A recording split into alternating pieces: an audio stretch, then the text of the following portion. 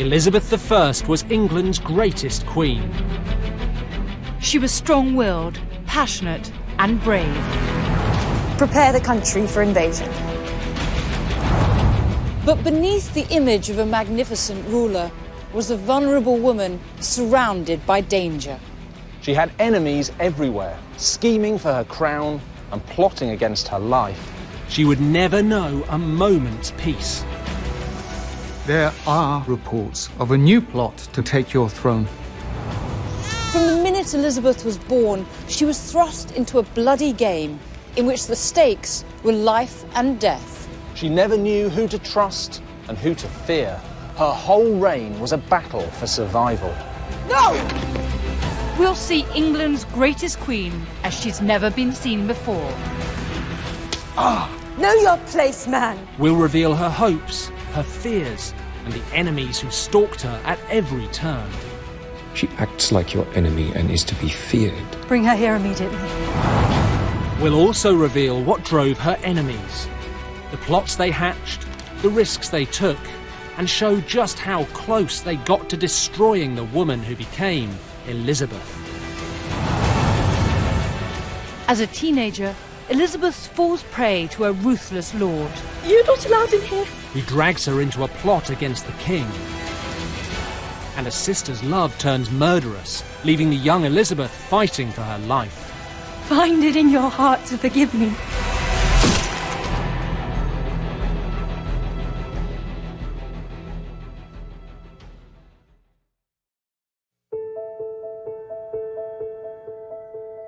In 1603, Queen Elizabeth was dying. Her 44-year reign had been a golden age in English history. I have the body of a weak and feeble woman. But I have the heart and the stomach of a king. She had famously inspired her country to defy the King of Spain. I myself will take up arms. And she had seen off the Armada. The Spanish fleet has been thrashed. Thank God. Elizabeth survived assassination attempts. You threaten me in my own court. Rebellions. And a bloody feud with her cousin, Mary, Queen of Scots. Oh! How could she?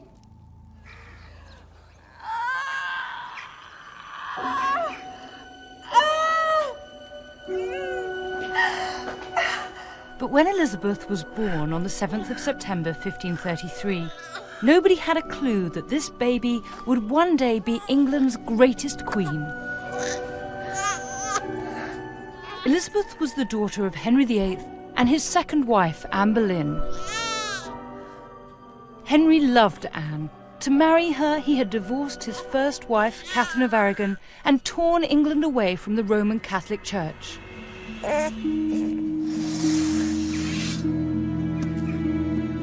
But 3 years later, Henry's love turned to murderous paranoia. Anne Boleyn was found guilty of incest and adultery and sentenced to death.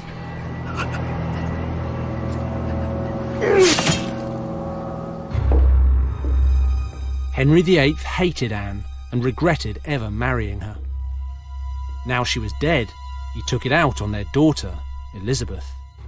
He declared her a bastard and cut her off. Henry VIII, vain and self-absorbed, was never going to win any Tudor Dad of the Year competitions. He showed virtually no interest in his eldest daughter, Mary, his child with his first wife, Catherine of Aragon. Elizabeth, his second daughter, well, her main use was as political bait, to be married off to some powerful foreign prince if and when Henry felt like it. He was much more interested in his son Edward, born to his third wife Jane Seymour, who'd replaced Elizabeth's dead mother. Elizabeth was banished from Henry's court and raised by a series of governesses. Come on, my lady. You've got things to do. But in 1543, when she was 9 years old, her life changed dramatically. Do you wish to have this woman as a wife? To honor, hold, and protect her? I do. I now pronounce you man and wife. On the 12th of July, 52-year-old Henry VIII married his sixth and final wife, Catherine Parr.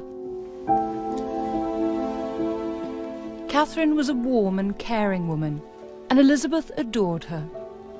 Do you like your new dress? I love it, thank you. She was the mother figure she had always wanted. I'm so happy you're here today. In 1544, Elizabeth was welcomed back into the fold when Catherine convinced Henry to restore her as his heir. The king wants to see you. Elizabeth was now third in line to the throne after her 6-year-old half-brother Edward and her 28-year-old half-sister Mary. Life was starting to look up for young Elizabeth.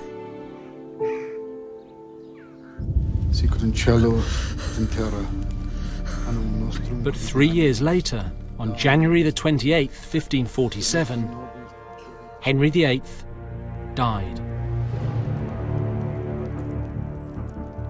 Elizabeth was upset at Henry's death, but I don't think her whole world was falling apart.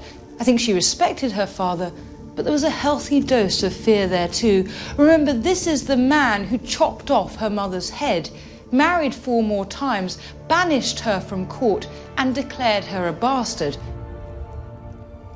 After Henry's death, Elizabeth's 9-year-old half-brother Edward was crowned king. But there was one crucial question. What was going to happen to the 14-year-old Elizabeth? Well, Catherine Parr came to her rescue. She invited the young princess to come and live with her in Chelsea. It's beautiful. It's so beautiful. It's my favourite. Elizabeth loved living in Catherine's house. Quite a princess. She felt happy and safe. Okay, turn around. Let me see, fast. Thank you. But it wasn't to last. Careful, you'll turn dizzy. Lord Seymour, how wonderful to see you. Catherine Parr was in love with a man called Thomas Seymour. Your Majesty. I'm so happy you're here. He was handsome and charming. Will you join us for dinner? Thank you. It would be my pleasure. The most eligible bachelor in London. Within weeks of Henry VIII's death, Thomas and Catherine secretly married.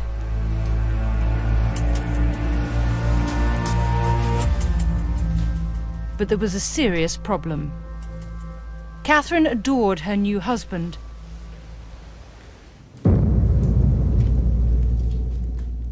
But Thomas Seymour had his eyes on someone else. 14-year-old Princess Elizabeth. And his desire to have her would drag the young princess almost to the brink of death.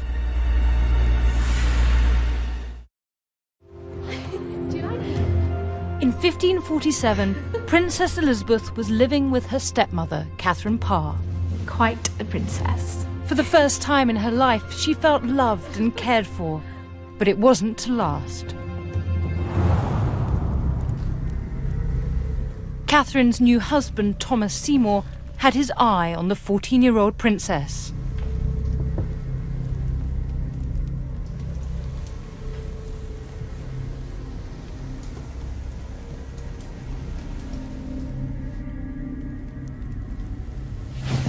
My lord, what are you doing? Why are you...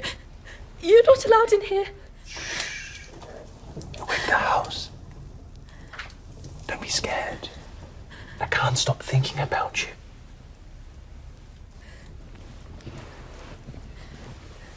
You are the most beautiful girl I have ever seen. If this were to happen today, Seymour's behaviour would be described as grooming. I wanted to see you.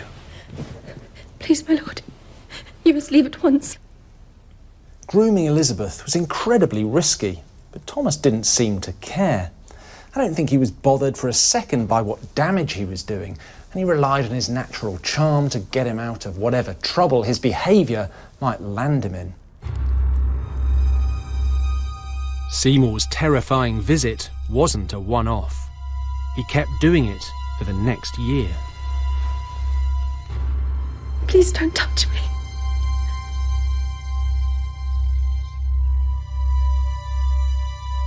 In January 1548, Catherine Parr became pregnant.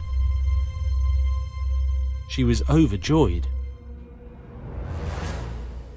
But Seymour had someone else on his mind. My lord. Princess. All he wanted was Elizabeth. I am your most humble servant. No, my lord, don't. Sweet Elizabeth. Catherine had no idea what Seymour was up to. I fall at your knees and confess you have bewitched me. No, my lord, No, Thomas, you don't understand. I can think of nothing else but you. And I long to kiss you. Christ in heaven. Catherine. How could you? How could you? Oh, you have made an old fool of me. And you, after all that I've done, you betray me.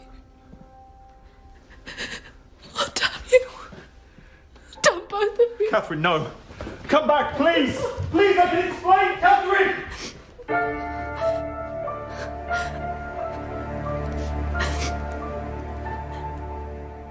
The next day, Elizabeth left. Elizabeth must have felt she was being sent away as punishment, but I think it was the only thing that Catherine Parr could do to keep her safe. She now knew what Seymour was up to, and she also knew that she would soon go into confinement to have her baby, and that meant that Seymour would have unfettered access to the young princess. Elizabeth was devastated. She would never see Catherine again. On the 5th of September 1548, less than a week after giving birth to a baby girl, Catherine Parr died from an infection she caught during labour. Thomas was shocked by his wife's sudden death, but he didn't mourn for long, because ultimately, Catherine didn't really matter. He was aiming much higher. In fact, her death probably helped him out, because he was once again one of the most eligible bachelors in England, and a step closer to the woman who might one day give him the throne, Elizabeth. Within weeks of Catherine's death, Seymour was scheming again. He had his eye on a new wife, Princess Elizabeth. But marrying an heir to the throne was never going to be easy. Henry VIII's will effectively banned Elizabeth and any potential suitor from discussing marriage without asking the Privy Council first, and with good reason. Elizabeth might have been slightly damaged goods, what with her bastardy and her mother having been executed as an adulteress, but she was still the old king's daughter and the new king's sister. Marrying her meant a quick route to serious power. Seymour knew the Privy Council had banned him from discussing marriage with Elizabeth, but he was desperate to find a way to get to the princess. So he hatched a plan. He persuaded Elizabeth's trusted advisor, Thomas Parry, to speak for him. Your Majesty, my lady. So, ma'am, what did Lord Seymour say? He asked about your income and lands. He wondered if you would consider exchanging some of your property for property closer to his. Why do you think he wants me to do this? Your Grace, I don't wish to speak out of turn, but I believe he intends to make you his wife.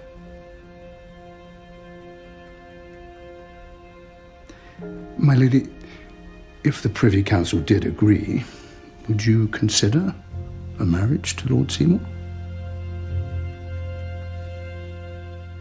These are the exact words Elizabeth spoke that day. If and when that comes to pass, I will do as God puts in my mind to do. We don't know why Elizabeth didn't just reject the idea of marrying Seymour. Maybe his grooming had worked. After all, she was a naive and vulnerable girl, and he had been manipulating her for over a year. Whatever the reason, Seymour now knew that Elizabeth was potentially interested, and it only made him pursue her even harder. To get his way, Seymour cooked up a bizarre and dangerous plan. On the night of January the 16th, 1549, Seymour broke into Westminster Palace. His idea was to bypass the Privy Council and speak directly to King Edward. He wanted to convince the king to let him marry his sister, Elizabeth. It was the stupidest, most ill-thought-out plan that Seymour could possibly have come up with. And unsurprisingly, it didn't work. He was rumbled by palace guards and ran off into the night. But not before several witnesses had got a good look at his face. Rumours began to fly around court that Thomas Seymour was planning to kidnap the king, overthrow the Privy Council, and marry Elizabeth to cement his power. It was wild conspiracy, but enough of it was true to make it believable. Thomas's open attempts to seduce the princess lay at the heart of it. Seymour was now in serious trouble, and he would drag Princess Elizabeth down with him. The day after the break-in, Seymour was arrested on suspicion of treason and thrown into the Tower of London. He was interrogated by Privy Councillor Sir Robert Tyrwhitt.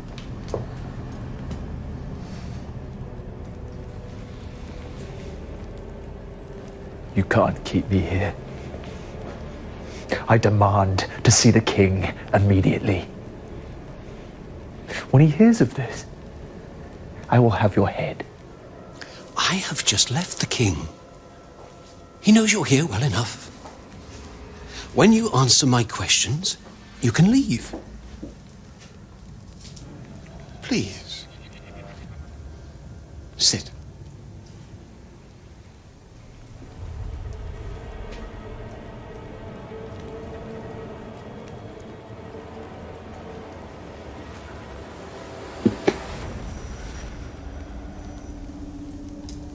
What game are you playing? What's no game? 2 nights ago, an attempt was made upon the king. That same night, you were seen in the palace grounds. Lies! I would never harm the king. I am a loyal subject. Sit down, my lord. Tell me about your relationship with the Princess Elizabeth.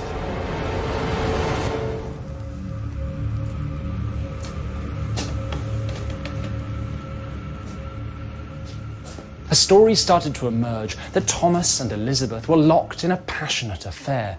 People believed the two lovers planned to kill King Edward, then seize the throne. Elizabeth would be queen, Thomas Seymour would be king. It was all just malicious gossip. But in January 1549, Sir Robert was sent to question Elizabeth. He believed she was involved in Seymour's plot. Elizabeth was now in the greatest danger of her young life. Sir Robert? Your Majesty, I have been sent by the Council and the King. Lord Thomas Seymour has been taken to the Tower. What?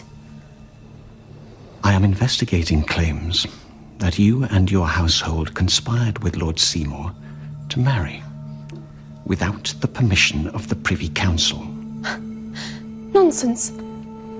Madam, you may be a princess, but you are still a subject of the king and punishable by law. I have nothing to say. Elizabeth denied everything. But Sir Robert was convinced she was guilty, and he was determined to prove it. Sir Robert found out that Seymour had been meeting members of Princess Elizabeth's household. On February the 2nd, her advisor Thomas Parry and her governess Kat Ashley were arrested and questioned. Thomas, what's happening?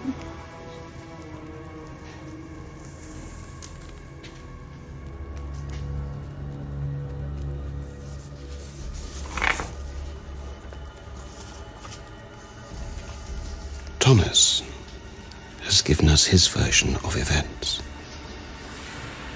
Now we need yours. False threats. They threatened to torture me. What can I do?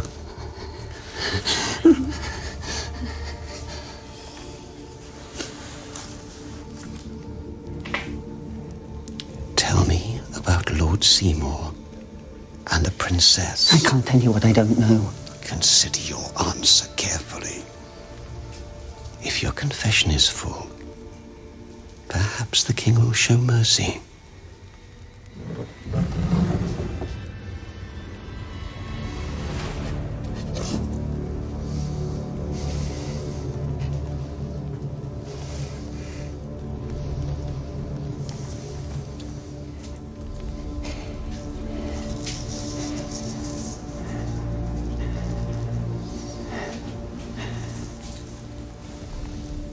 Kat Ashley confessed everything she could remember. Seymour's unwanted sexual advances, his sniffing around Elizabeth's fortune, and his plans to marry the teenage princess. She left nothing out. Sir Robert now wanted to know if Elizabeth was Seymour's lover, and if so, to discover her role in the treasonous plot to kill King Edward. If Elizabeth were guilty, it would be treason, and she would face the chopping block. In January 1549, Princess Elizabeth was a suspect in a treasonous plot to marry Thomas Seymour and kill her brother, King Edward. If found guilty, she would be executed.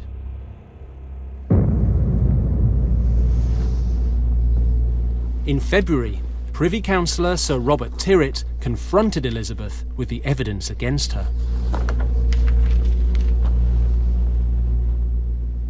What are these?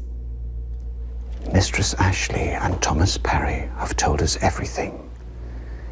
The early morning romps, the touching, the secret meetings. I would advise you to do the same.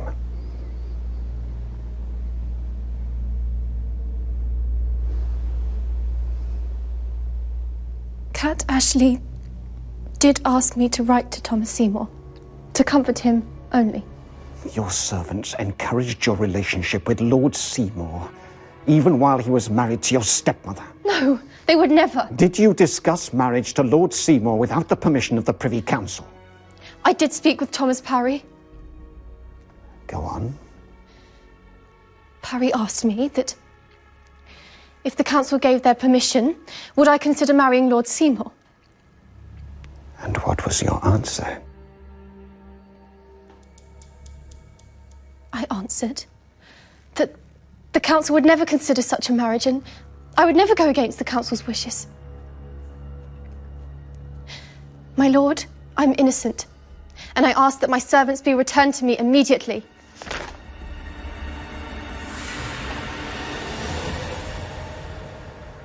Elizabeth's explanation was incredibly subtle, but it was brilliant.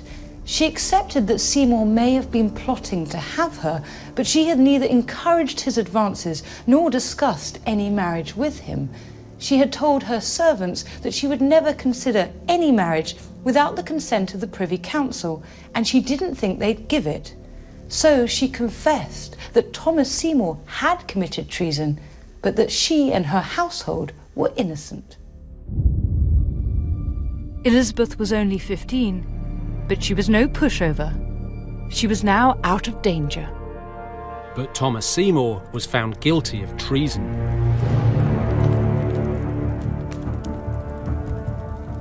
Thomas Seymour had been scheming, plotting, and dragging other people into his power games for years. Now all of his slimy, grasping, underhand deeds had been exposed. The Privy Council decided that the best place for him was the chopping block.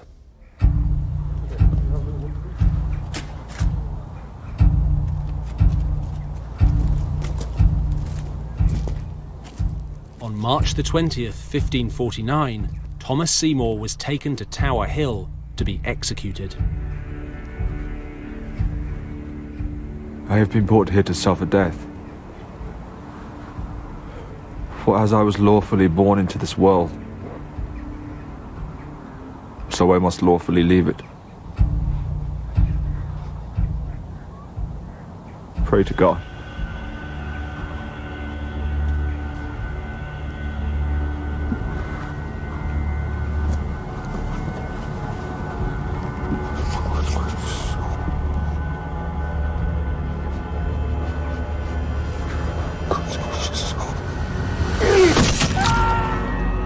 Seymour didn't die quickly. The executioner botched his first attempt.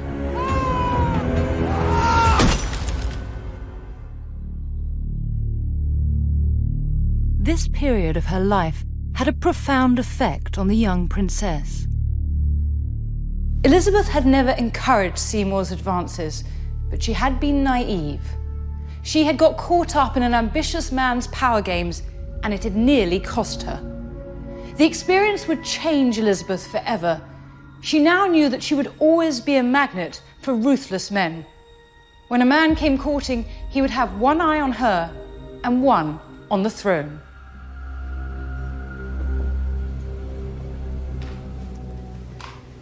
Is it done? Yes, Your Majesty. The second stroke took him. Seymour's bloody execution marked the dramatic end of Elizabeth's childhood. Princess?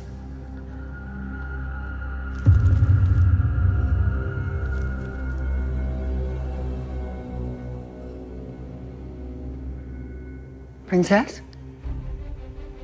Princess? Are you ill? No. All is well. Seymour may have been dead, but Princess Elizabeth wasn't allowed to drop her guard. Just 4 years after Seymour's execution, Elizabeth's life was once again thrown into danger when her brother, King Edward, died.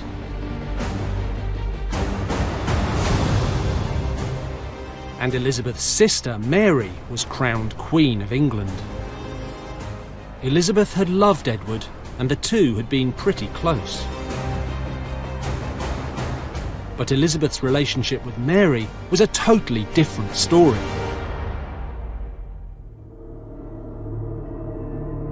The Tudors were a pretty dysfunctional family.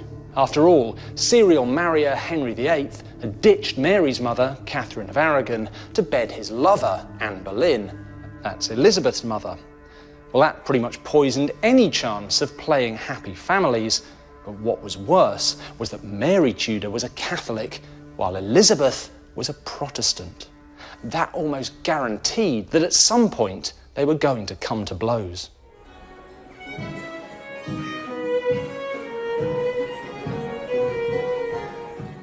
In October 1553, the bad blood between the two sisters got much worse when Mary agreed to marry Prince Philip of Spain. Philip was a devout Catholic and the heir to a mighty Spanish empire. Mary's decision was massively unpopular, and the population of England went mad, for one very important reason. Tudor sexual politics were pretty brutal. The husband was the boss, and the wife did what she was told. That applied to everyone, even the Queen. If Mary married Philip, he would be the real ruler, and the people of England didn't want their country in the hands of some European power. But Queen Mary was determined to marry Philip and refused to give him up. This was a big mistake. In early 1554, a group of Protestant nobles cooked up a plot to overthrow Queen Mary and put her sister Elizabeth on the throne. Whether she liked it or not, Elizabeth was now the figurehead of growing unrest. Letter for the princess, milady. I'll take it. I was told to hand it to her myself.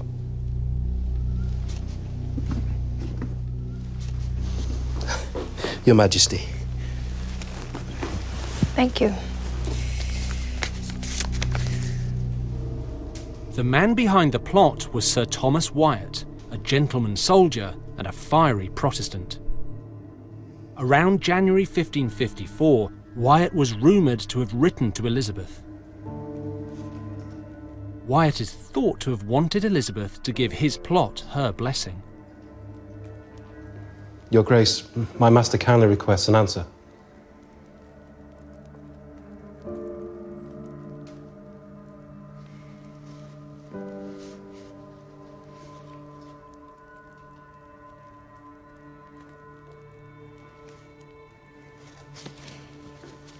Tell him when the time comes, I will do as God directs me to do. Your Majesty.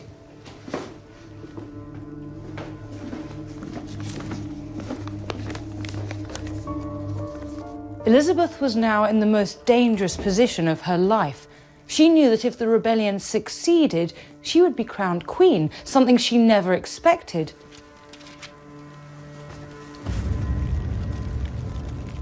But agreeing to help the conspirators was an act of treason. If they failed and she was found out, she would be executed. What Wyatt didn't know was Mary's spies had already uncovered his plan. The Catholic bishop Stephen Gardiner was Mary's most trusted advisor. He hated the Protestant Elizabeth and was convinced she was secretly behind Wyatt's treasonous plot. Your Majesty. What is the news? Troops have been spotted in Kent. We need to get the princess to court immediately. We can't allow her to fall into the hands of the rebels. Where is she now? Hatfield, Your Grace. Your Majesty, there are rumors she's planning on running to Donington Castle to meet Wyatt. If she makes it there, every Protestant in the country will rise up against you. Her character is just what I always believed it to be. It seems to me you ought not to spare her. While she is alive, there will always be plots to raise her to the throne. My sister. Madam, she acts like your enemy and is to be feared. It is publicly known she's guilty. For your security, you must punish her. If you don't, you'll never be safe.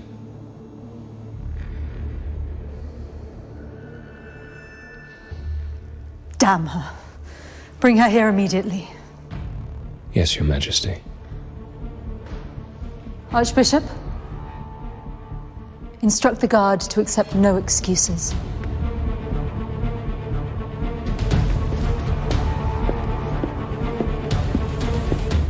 Elizabeth now knew that she was in serious trouble, and she desperately wanted to avoid going to London. But she could hardly say no to a royal summons, so she dragged her heels all the way. It took her 11 days to make the 23-mile journey.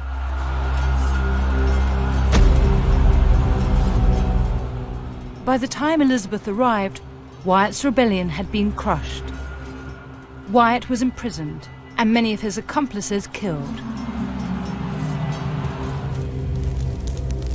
Once in London, Elizabeth was immediately arrested on suspicion of treason. On the 17th of March 1554, she was taken to the Tower of London, the same place her mother Anne Boleyn had spent her final days.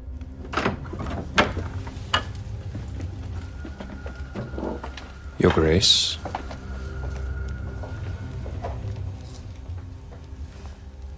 I want to see the Queen. Let me speak with her. The Queen will not see you. Why am I being kept prisoner? You caused rebellion, madam. Noble blood has been spilt. Confess. May God damn me for eternity if I ever played a part in the treason against the Queen. You refuse to speak truthfully.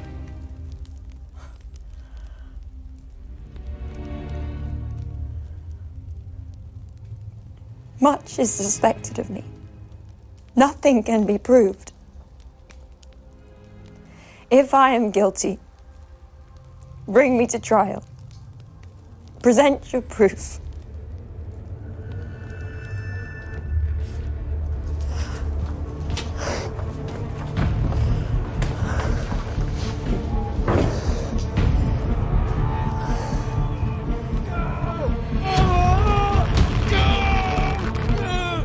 To discover Elizabeth's role in the uprising, rebel leader Thomas Wyatt was tortured. Did the Princess Elizabeth know of your rebellion? No! No! I swear! I swear! As God is my witness! Mercy! Please! I tell you, the princess wasn't privy to my uprising.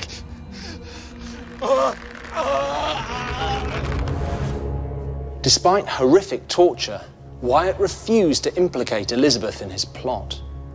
Days later, on April the 11th, he stood on the scaffold on Tower Hill and publicly proclaimed Elizabeth to be innocent. Then he was hanged, drawn, and quartered. Bishop Gardiner must have been furious. He had failed to prove Elizabeth was behind Wyatt's plot. Queen Mary had no choice but to set her sister free.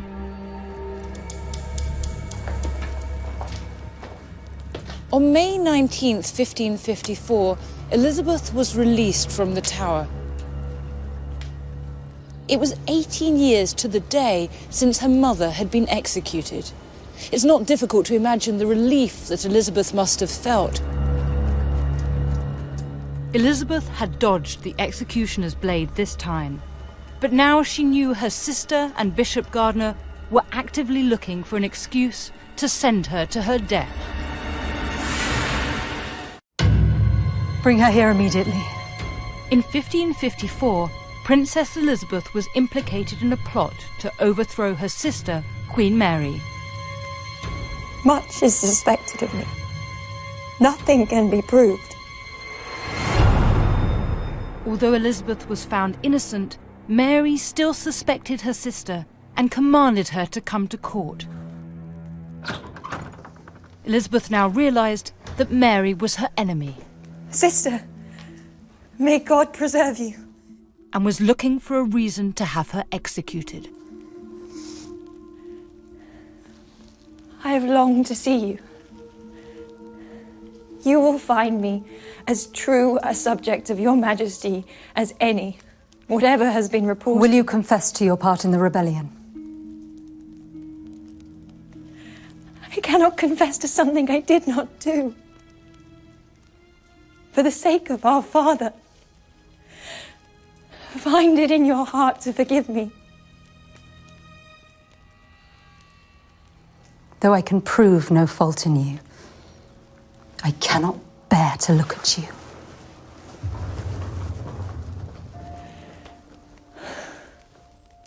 Elizabeth was exhausted, ill, and terrified for her life. And Mary was about to become even more powerful.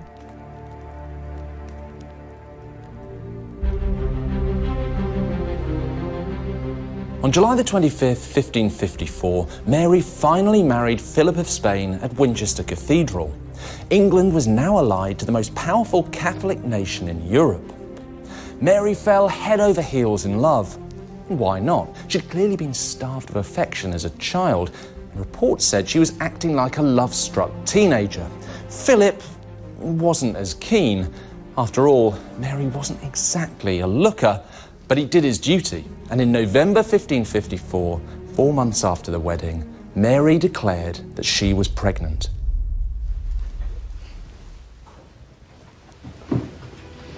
He kicked. He kicked. Here, feel.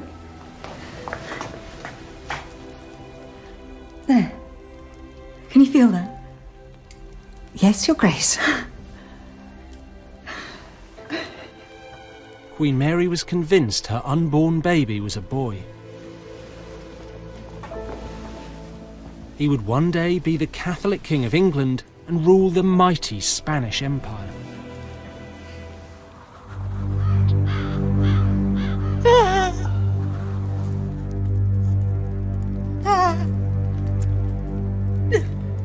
But Mary was deluded.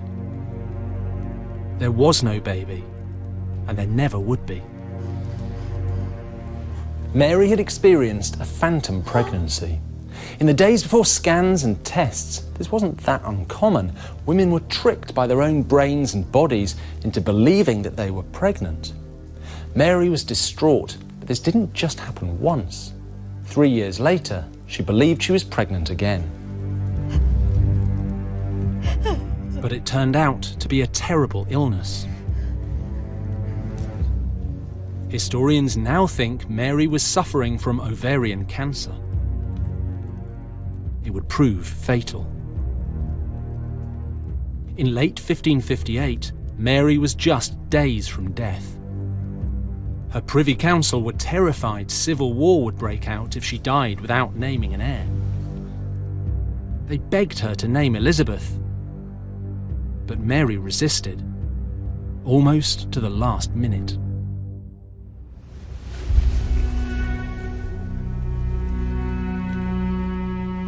In the early hours of November the 17th, 1558, Queen Mary's 5-year reign ended.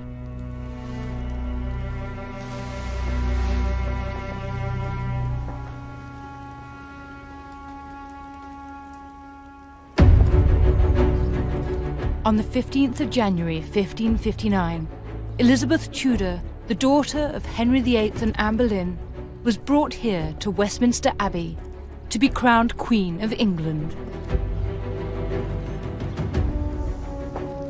The 25-year-old Elizabeth walked through these doors towards the altar on a carpet of blue linen.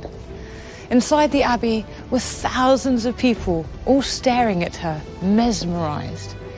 For many of the nobles gathered, this was the first time they'd seen her, the princess no one thought would reign over them. Elizabeth was then led up onto the stage, where a bishop proclaimed her queen. And when he asked the congregation if they would accept her as their sovereign, they replied enthusiastically, "Yay, yay!"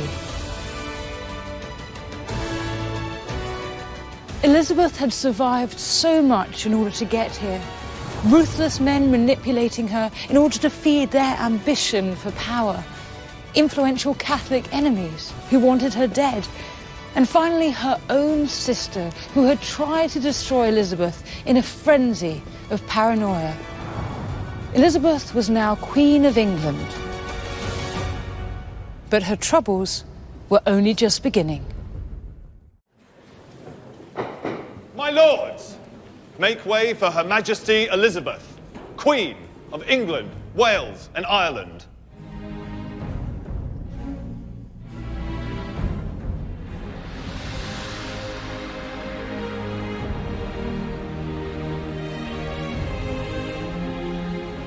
In 1559, Elizabeth Tudor, the 25-year-old daughter of Henry VIII and Anne Boleyn, was crowned queen.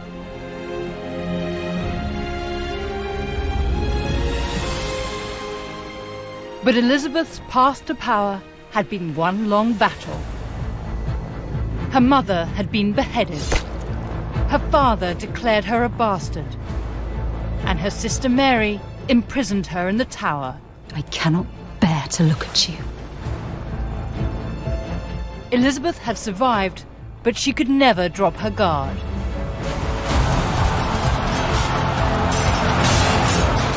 As the young queen began her reign, bloody war was raging across Europe. Protestants and Catholics were tearing each other apart in the name of God. And the new Protestant Queen Elizabeth was instantly plunged into the middle of the battle. Elizabeth was the most high-profile Protestant monarch in Europe, and her country was surrounded by powerful Catholic neighbours. Members of your parliament wish to speak with you. Her ministers believed there was one way for Elizabeth to make herself safe. Forge an alliance by marrying a Protestant king and give England an heir. Your Majesty, I have a petition from your government. We believe it would be best for you and your entire realm if you were to choose a husband. I would be perfectly content if one day a marble tombstone declares that a queen lived and died a virgin. I am already bound unto a husband, which is the Kingdom of England. You can see why her ministers were so worked up. Saying she was married to the country sounded fantastic, but it was just words. But your Majesty... I assure you I will deal with your request in convenient time. This realm shall not remain destitute of an heir. But love is usually the offspring of leisure, and I am so busy with my duties I cannot even think of love. Yes, your Majesty. If that is all, good day, sir. Good day, sir. The Queen had a very good reason for not wanting to wed. Elizabeth knew that marrying would immediately reduce her power, as her husband would take over. She wanted to be a real queen, not a queen in name only. Elizabeth's reluctance to marry and produce an heir was understandable, but it left a huge problem. Who would rule if she were suddenly to die? Power-hungry nobles started to circle, each desperate to be named her heir. The most dangerous of them all was Elizabeth's beautiful and ambitious 18-year-old Catholic cousin, Mary, Queen of Scots. Mary was the only child of King James V of Scotland and his French wife Mary of Guise. When she was just 6 days old, her father died and Mary became queen. At the age of 5, she was sent to live in France, where she eventually married the future king, but when he died, she returned to Scotland to reclaim her throne there. Once on the Scottish throne, Mary turned her eye to a far bigger prize. She wanted to be named Elizabeth's heir. Now, Mary and Elizabeth were both descended from the first Tudor king, Henry VII, so Mary had a pretty good claim, and she knew it. In 1561, she sent an ambassador to Elizabeth asking to be named as heir, but Elizabeth said no. Elizabeth's rejection would have terrible consequences that would last over 20 years. So why did Elizabeth refuse to name Mary as her heir? After all, she was family, and her claim was a strong one. Well, it all came down to religion. Elizabeth was a Protestant, Mary a Catholic. That meant if Elizabeth named Mary as her heir, England would return to Catholicism, and Protestants across the land would be persecuted. Nobody, least of all Elizabeth, wanted that. But Mary was utterly outraged by Elizabeth's brush-off. She believed adamantly that she should be named the Queen's heir. If Elizabeth wouldn't give the crown freely, Mary swore to take it by force. In 1561, Mary, Queen of Scots, issued Queen Elizabeth with a brutal warning. Unless she was named Elizabeth's heir, she would marry a European Catholic prince and take the English throne by force. Elizabeth and her ever-faithful advisor, William Cecil, were horrified by Mary's threats. How dare she? I will regard any such marriage as a hostile act. How do we stop her? Your Majesty, I, like you, am concerned, but I see no clear answer, except Go on. you yourself take a husband, and with time, produce a son, an heir. That would be the answer to all our prayers. Cecil, you are as bad as the damn politicians. Your Majesty, consider... Silence.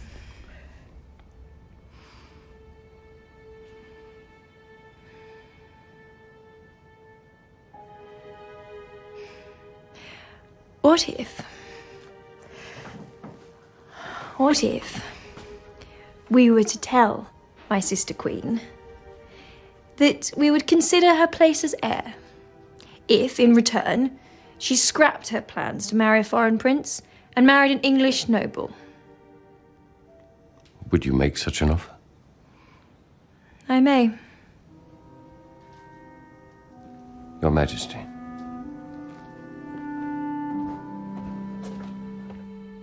Elizabeth's idea was a risk. It meant that if she died without producing a natural heir, Mary would be Queen of England. But if she could choose Mary's husband for her, an English Protestant whom she could control, she could stop England from falling back into Catholicism. One man was perfect for the job: Robert Dudley. I'm very jealous. Dudley was handsome and charming, and he loved Elizabeth.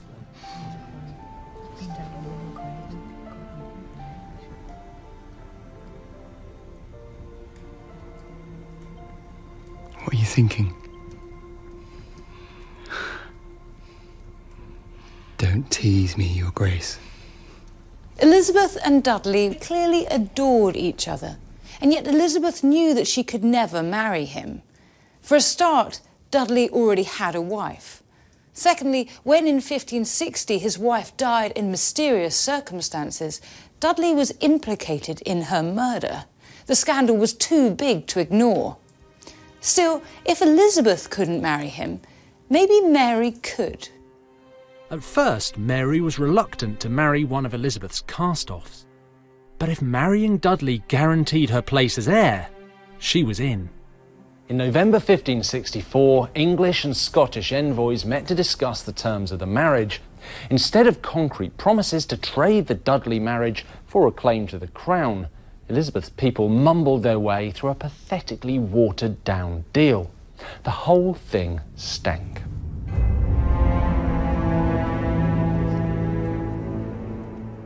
When Scottish ambassadors told Mary that Elizabeth refused to guarantee her place as heir, she was furious.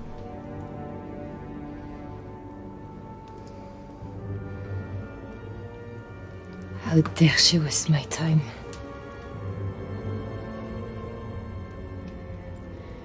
She has abused me.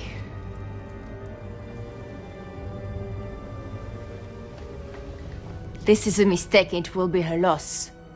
I will not trust her from this day forward.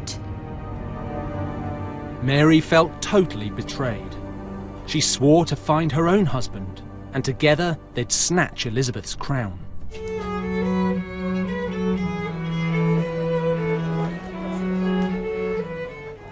In late 1564, a noble called Henry Stuart, Lord Darnley, arrived at Mary's court in Edinburgh. Darnley was a descendant of Scottish nobility, and most importantly, he, like Mary, was Catholic. Your Majesty, My lord, you are most welcome at court. would you do me the great honor of dancing with me?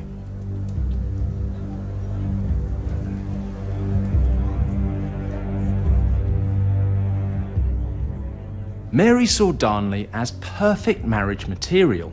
Not only was he a Catholic, he was also a grandson of Margaret Tudor, so royal blood surged through his veins. Now, Mary fancied her chances of bulldozing her way to the English throne, with another Tudor descendant by her side.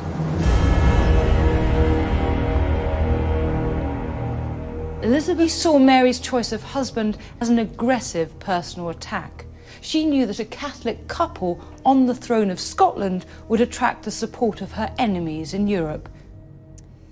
This romance must not be allowed to continue. Order Darnley to return to court immediately. I fear the horse may have already bolted, Your Majesty. He says he's quite well where he is. Treacherous swine! How did this happen?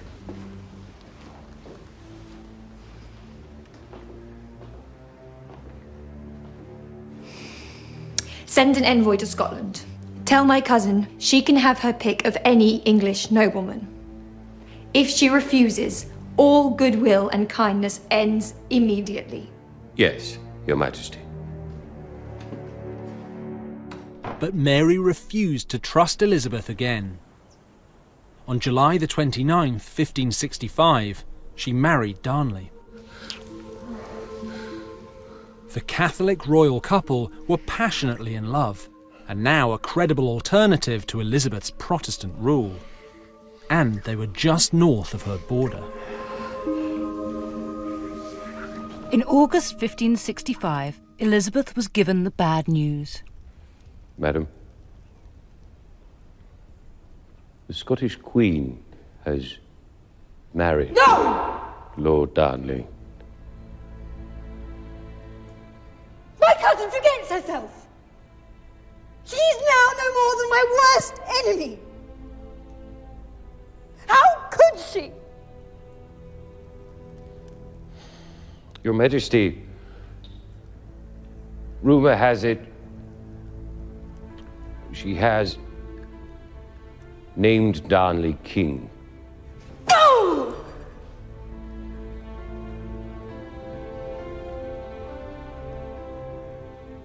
That does not give him the authority to do anything!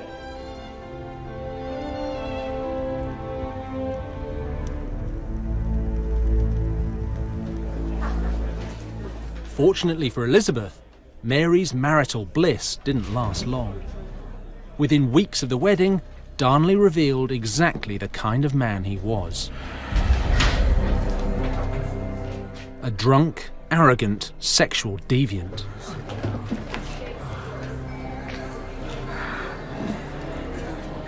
Mary had made a terrible mistake, but it was too late.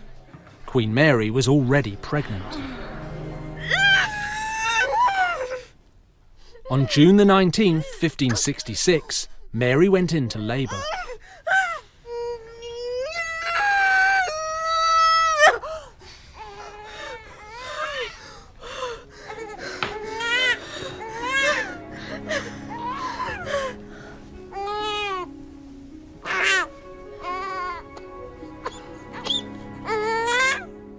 To her absolute delight, she gave birth to a healthy boy.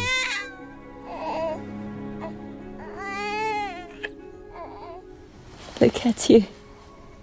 You're so strong. Little James. You're the prince who will one day inherit the crown of England and Scotland.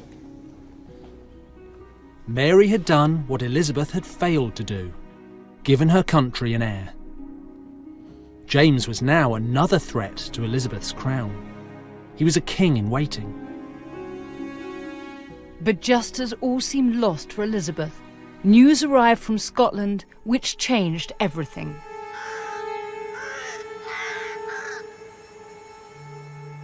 On the 10th of February 1567, Darnley's body was found in an orchard in Edinburgh. He'd been strangled. It didn't take long for the name of his murderer to be revealed.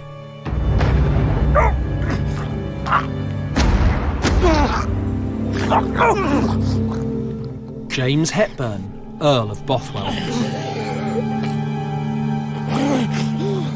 Bothwell was a violent and jealous thug.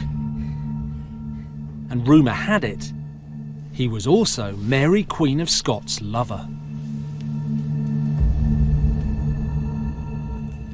When Elizabeth heard that Mary was linked to Darnley's murder, she was disgusted. but she saw a way that she could use it to her political gain. She wrote her cousin a letter. This is a copy of the actual letter, and it begins, "My ears are so deafened, and my understanding so grieved, and my heart so affrighted by this horrible news of the abominable murder of your late husband and my killed cousin." And further down she says, "I exhort you, and I counsel you, and I beseech you to take this thing so much to heart that you will not fear to touch even the closest to you if it concerns him." Elizabeth is telling Mary that she needs to bring Bothwell to justice if she wants the world to think that she is innocent of the crime. Elizabeth is warning her that this is going to be incredibly damaging to her honour and reputation, and that she needs to act carefully if she doesn't want to fall from the rank of royalty. Elizabeth sounds concerned, but I wonder if there wasn't a part of her that wasn't enjoying every minute of this.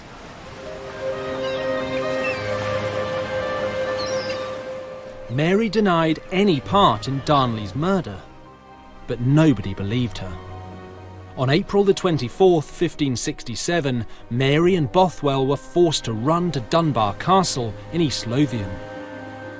At first, people believed Mary had been abducted, but news soon reached Elizabeth that she had married her husband's suspected killer. You asked to see me, Your Majesty. How could a worse choice be made for her honour than to marry such a man? A man charged with the murder of her own husband. Scotland is a quagmire. It is said she has given Bothwell more land and titles than she ever gave her husband. No friend in the world could like this marriage.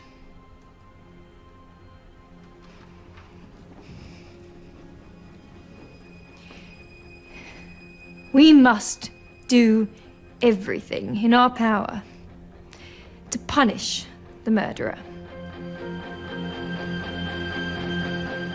Elizabeth was now determined to bring Bothwell and her murderous cousin Mary to justice, once and for all.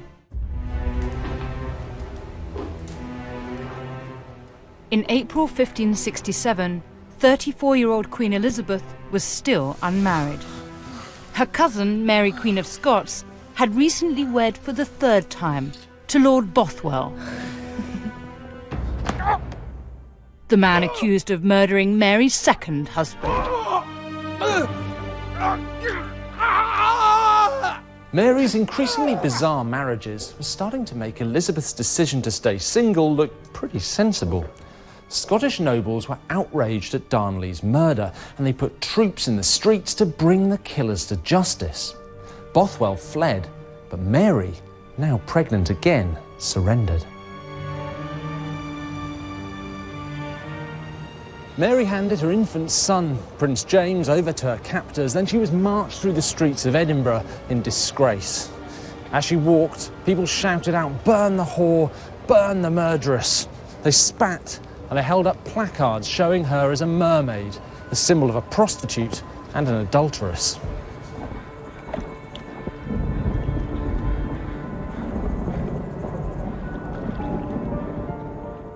On June the 17th, 1567, Mary was imprisoned here at the remote Lochleven Castle in Kinross, Perthshire. Mary being locked up sounds like the sort of thing that Elizabeth would have loved. After all, her cousin had been sniffing around her throne for years. Having a rival and an enemy like that kept quiet would have surely been a good thing. But there was a problem. Mary was a queen, and to Elizabeth that really mattered.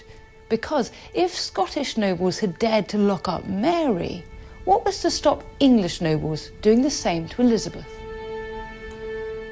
But despite her concern, Elizabeth refused to rescue her fellow queen. She knew if she did, it could start a vicious war with Scotland. Mary soon fell seriously ill.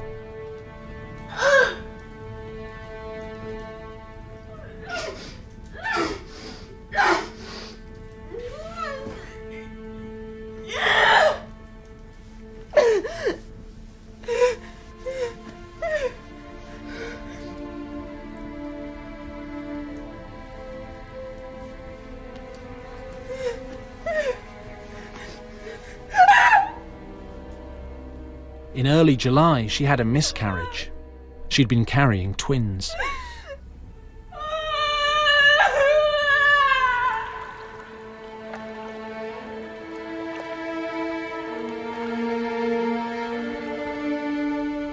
Mary's position was desperate, but she had further to fall. On July the 24th, 1567, Scottish nobles eager to seize power gave her a brutal ultimatum. What is this? It is the decision of the Council that you are so exhausted in body, mind and spirit by the responsibilities of government that you can no longer rule. How dare you? I'm your queen. You will abdicate in favour of your son James. A regent will be appointed until he reaches the age of maturity. What?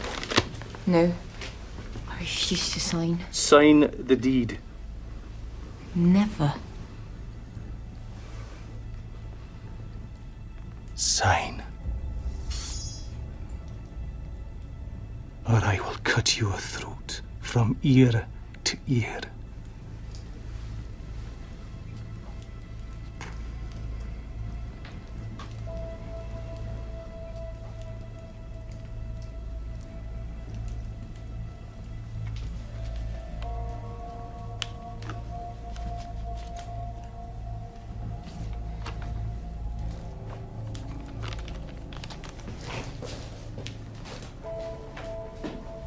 When God sets me free, I will not abide by this, for this was done against my will. Days later, Mary's one-year-old son, James, was crowned King of Scotland. But Mary was to fight back.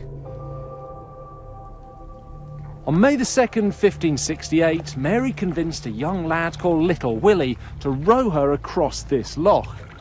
She was determined to win her throne back. The problem was, apart from Little Willie, she barely had two friends in Scotland to rub together. In fact, there was only one person she knew who had the power to put her back where she thought she belonged: Elizabeth. Mary's escape plan worked, and 2 weeks later she arrived in England. But if Mary thought Queen Elizabeth would welcome her with open arms, she was seriously deluded. Where is she now? Cumberland. She asks your grace for an audience. We must help her the best that we can. Your Majesty, with respect, it would be foolishness to help a queen who has schemed and plotted against you for so many years. Her arrival in England was not merely inconvenient, it was exactly the thing that Elizabeth and her councillors had feared since the beginning of her reign. Across Europe, Catholics and Protestants were slaughtering each other. Until now, Elizabeth had managed to keep the Catholics in her kingdom under control. But the arrival of Mary meant that they had a figurehead around whom to rally. Your Grace, we cannot let her roam freely in England. She would be an inspiration to any Catholic rebel in your kingdom and beyond. Then she must remain as our guest. Not in a prison, but neither free. She must be kept under constant watch. See to it. Yes, Your Majesty.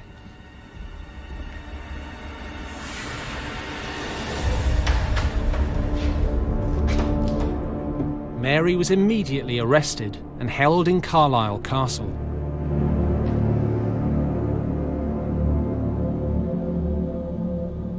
Elizabeth was right to keep Mary under lock and key. A full-scale Catholic rebellion was about to explode.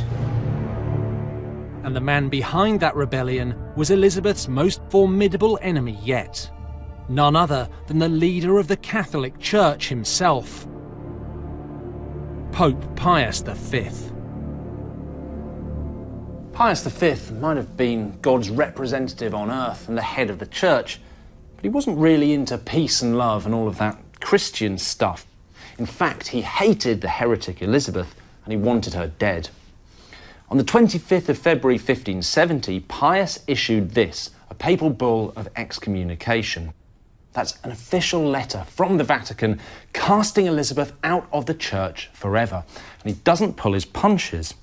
He starts off by describing her as the pretended Queen of England, a slave of wickedness. Not a very polite way of starting a letter to anyone, but this isn't just insults. He goes on to say, "We do declare her to be deprived of her pretended title to the kingdom and of all dominion, dignity and privilege whatsoever." And that's very important, because this is a licence for any foreign king or prince to invade England, kick Elizabeth off the throne and maybe even kill her. And there's more. He goes on to say that the nobility, subjects and people of England are absolved from their oath, duty, dominion, allegiance and obedience, and that anyone who disobeys him in this, we do inundate with the like sentence of anathema. Translation: people of England, if you obey your queen, you're going straight to hell. Pope Pius was calling for a full-scale Catholic revolution. Central to his plan was Mary, Queen of Scots. He wanted to overthrow Elizabeth and put Catholic Mary on the throne of England. The Pope's declaration meant that every Catholic in the country was now a potential enemy to Elizabeth. Cecil desperately needed his queen to see the terrible danger that she was in. Your Majesty, we ignore this threat at your peril. I do not want my subjects to be mistreated or questioned in matters of faith, as long as they obey the laws of this realm. I refuse to make windows into the souls of men. With respect, this is a mistake! All known Catholics should be brought in for questioning. If found guilty of treason, they should be punished! No, Cecil! That is not the answer! Leave! Cecil had every right to be terrified. There were Catholics throughout the land.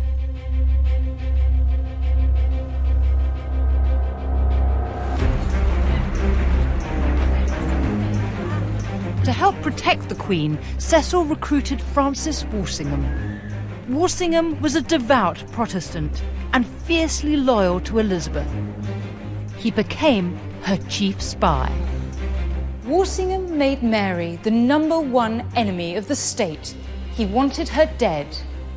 But there was no proof that Mary had been involved in the Pope's plot to overthrow Elizabeth and put Mary on the throne. And without evidence, it would be impossible to persuade Elizabeth to execute her fellow queen. Cecil and Walsingham couldn't kill Mary, but they could break her. As the weeks turned to months and the months to years, conditions in Mary's cell deteriorated. Elizabeth knew that conditions in Mary's prison were worsening by the day, and I think on a personal level this would have greatly troubled her. But she also knew that her life and England's future hung by a thread, so she tolerated Cecil's slow throttling of Mary's freedom. By 1586, Mary had been in prison for 18 years. She was desperate to escape. That summer, her chance finally came. A letter was smuggled into Mary's prison. It was sent by a Catholic noble, Anthony Babington. These are his exact words. My dear sovereign and queen, unto whom I owe all fidelity and obedience. I am horrified by the terrible conditions you have been kept in. The removal of your royal person from your home to the custody of a wicked heretic and my mortal enemy, Elizabeth. We undertake to deliver you from the hands of your enemy and to kill the heretic queen. There are 6 noble gentlemen, all my private friends, who for the sake of the Catholic cause and your Majesty's service will kill Queen Elizabeth. Babington wanted Mary to give his plot her blessing. Agreeing was a huge risk. If she was caught, it meant the executioner's block. On the other hand, what did she have left to lose? Mary thought about Babington's proposal for over a week. Eventually, she made up her mind. Mary dictated her response to her secretary. When the affairs are prepared and your forces are ready, then it will be time to set the 6 gentlemen to work.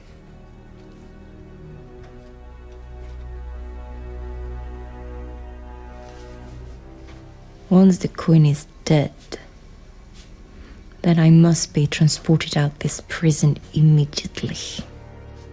The reply was written in secret code and smuggled out of the castle in a beer barrel. The plot to murder Elizabeth was on, and Catholic assassins moved in for the kill. The Queen's life was now in more danger than ever before. In the summer of 1586, Mary, Queen of Scots, gave her blessing to a Catholic plot led by Sir Anthony Babington to murder Queen Elizabeth and put Mary on the throne.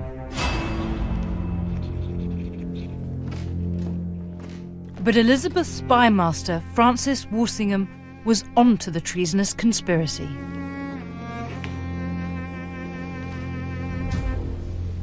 His spies intercepted Mary's message from prison.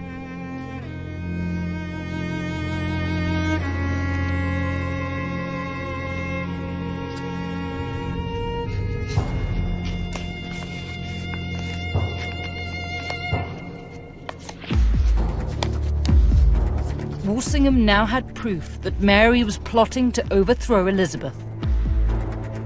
On September the 25th, 1586, Mary, Queen of Scots, was taken to Fotheringay Castle in the East Midlands to stand trial for her part in the Babington plot. No foreign monarch had ever been tried under English law for treason.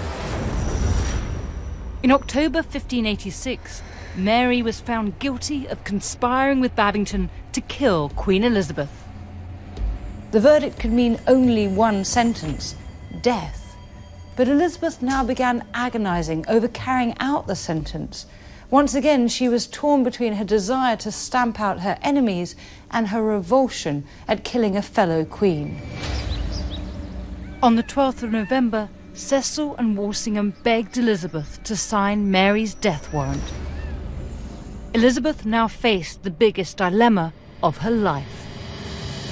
Your Majesty, she is hardened against you despite all you have done for her. There can be no room for mercy. I have never been in greater conflict with myself. I understand that my safety depends wholly on the death of another, but it brings me such sorrow to spill the blood of a fellow queen. Majesty, both the Scottish Queen and her supporters believe she has the right not only to succeed you, but to take your crown. What will my enemies say when it is known that to save my life I happily spilled the blood of my own cousin? Desperate to execute Mary, her ministers tried to scare Elizabeth into signing. Your Majesty, there are reports of a new plot to free Queen Mary and take your throne. Rumours are Spanish soldiers are amassing on the Welsh borders. Is this true? I believe so, Your Majesty. We need to act quickly, or we are lost. It was all lies, designed to scare the Queen, and it worked.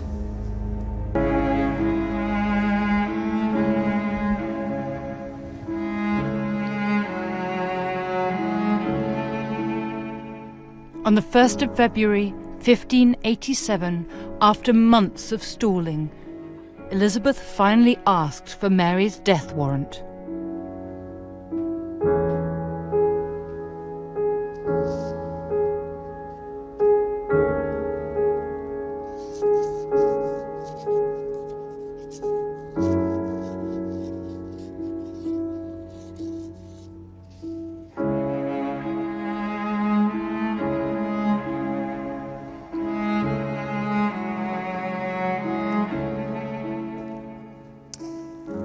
Tell Walsingham I have signed. But be clear, this is only to be used if Spain invade and attack the city. Finally, Cecil had his hands on Mary's death sentence. And he was going to execute it, no matter what Elizabeth said.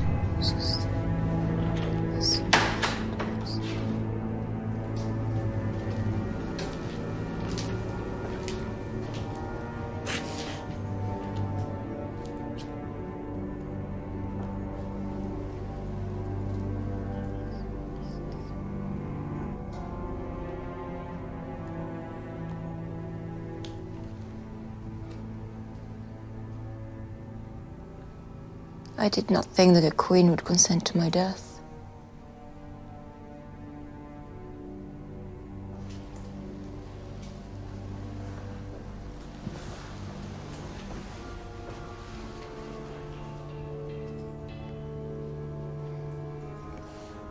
I'm quite ready and happy to die. For my Saviour and the Catholic Church.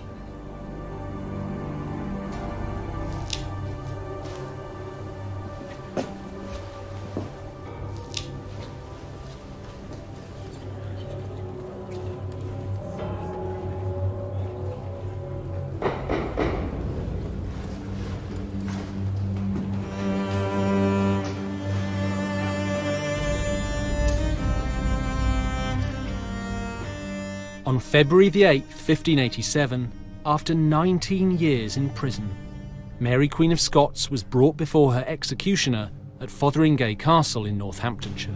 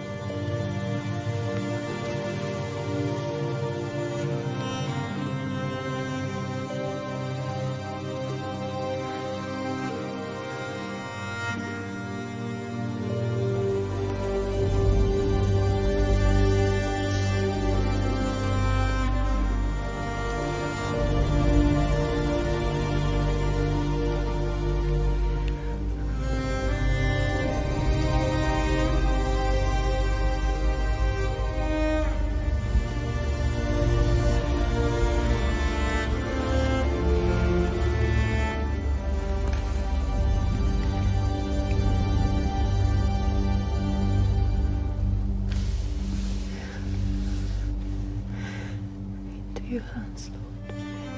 I commit my spirit into your hands, Lord. Commit my spirit into your hands, Lord. I commit my spirit into your hands, Lord. I commit my spirit into your hands, Lord. I commit my spirit.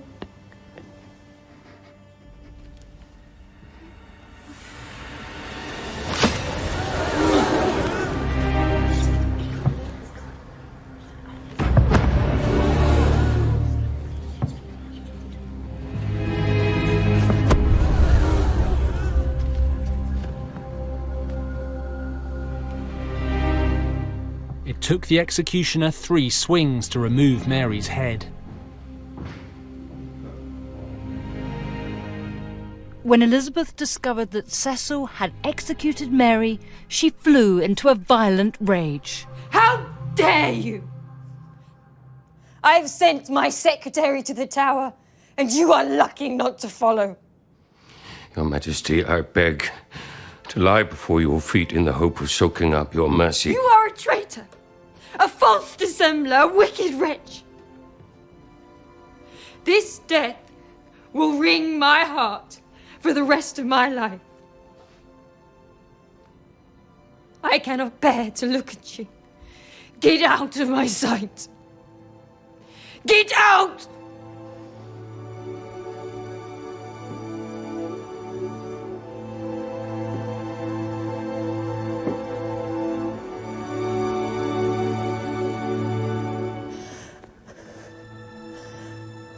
Mary was never Elizabeth's brightest enemy, but even from a prison cell, she'd been one of the most dangerous.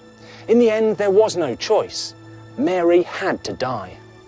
Mary would haunt Elizabeth for the rest of her life. She and her ministers had killed a monarch. They had crossed a line. And just as Elizabeth had feared, there would be terrible consequences. Elizabeth is now in her 50s and facing the greatest challenge of her reign, the Spanish Armada. We are like a lamb to the slaughter. We must act while we have the chance. She will pay for this. I have the body of a weak and feeble woman, but I have the heart and the stomach of a king. And as the years passed, Elizabeth was transformed from a warrior queen into a vulnerable old woman. You threaten me in my own court. At the mercy of a man she had once loved. Her conditions are as crooked as her carcass. The final battle of Elizabeth's reign was beginning, and everything was at stake. How dare he! I will not run!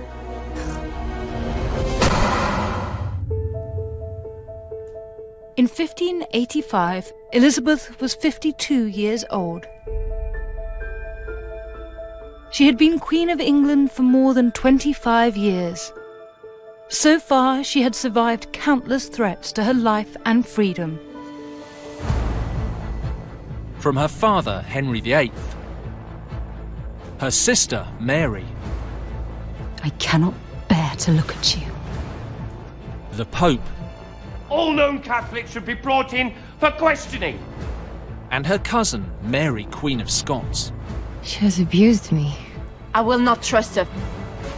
Against all the odds, Elizabeth had survived. But she now faced an enemy deadlier than all the others put together. King Philip II of Spain. Philip was rich, powerful, and a devout Catholic at a time when Europe was being ripped apart by a bloody religious war.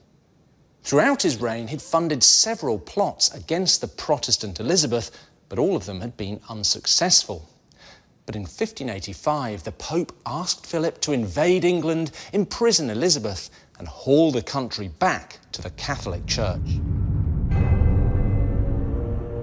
King Philip had no stomach for wars. They were expensive and risky, but he couldn't say no to the Pope's demands. There is no better time to strike. How big an operation do you think we will need? 400, 500 ships, capable of carrying 55,000 men. We will also need supply vessels to carry horses, provisions, cannon. His Holy Father has offered 1 million ducats for the enterprise. Take a message to the Pope. I accept his invitation to conquer England. Philip began building the most powerful military fleet in the world. It became known as the Spanish Armada.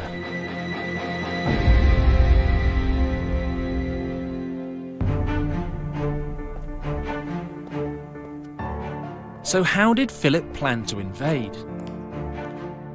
At the Queen's house in Greenwich, there are charts drawn up in 1590. So here's Philip's master plan. He was going to use his 130 warships, that's what we call the Armada, to engage the English fleet.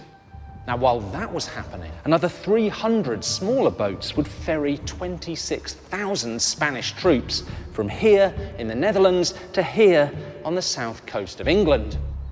Once that was done, the warships would drop off another 18,000 men, and together that massive army would march through Kent to London, seize the capital, and capture Elizabeth. Well, that was the plan, anyway. Philip worked hard to keep his massive invasion fleet secret, but Elizabeth had spies everywhere.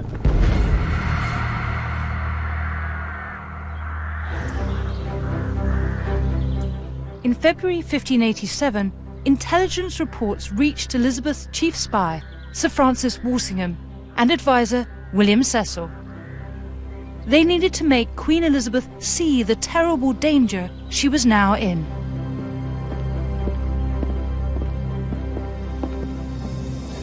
Madam. Your Majesty. What's wrong? You both look like you've seen a ghost. Madam, we...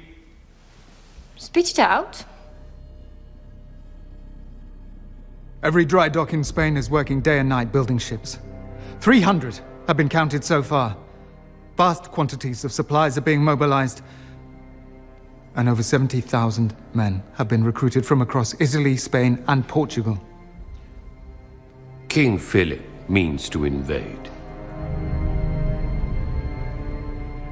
Elizabeth must have been terrified. England was no match for the mighty Spanish Empire. She had a much smaller navy and no national army on standby. Elizabeth must have known that if Philip managed to land, England would be easily overrun and she would be killed.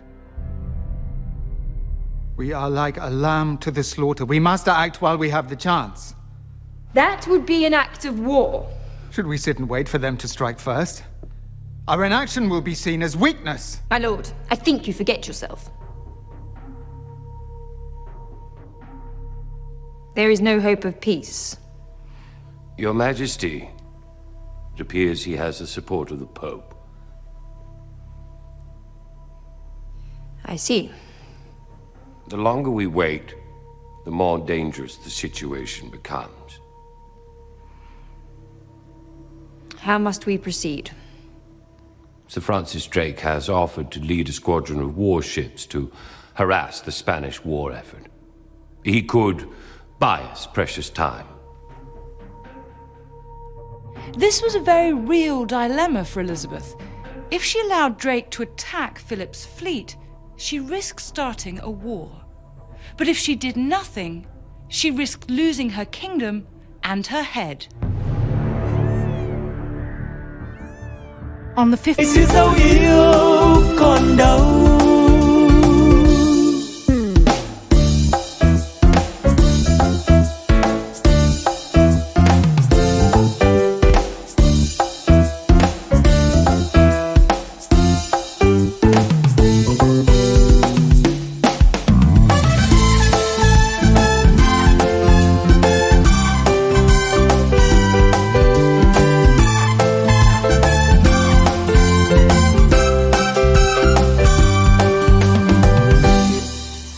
Ngày xưa tôi thả những cành diều dây lướt trên bầu trời phiêu du cùng áng mây, hòa trong gió tiếng sáo vang từ đâu diều bay vút cao,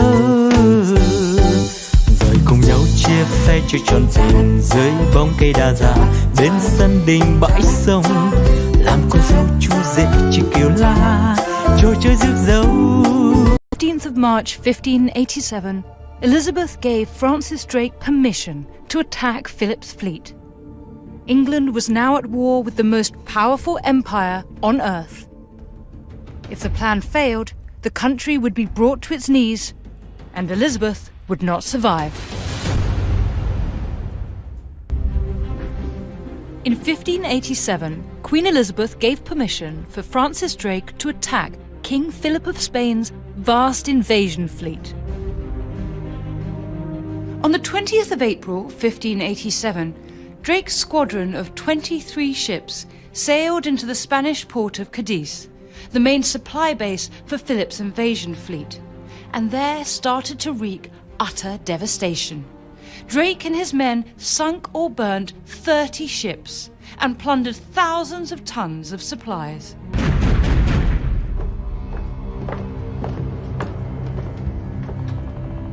News of Drake's daring attack soon reached Philip.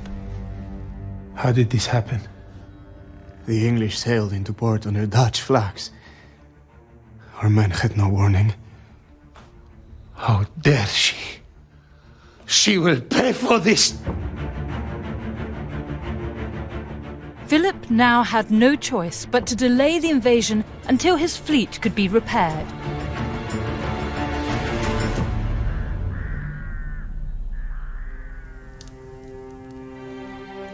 Elizabeth's gamble had paid off. She had bought the country valuable time to build its defences. We have doubled your guard, and security will be with you day and night. I'd strongly advise removing yourself from public view.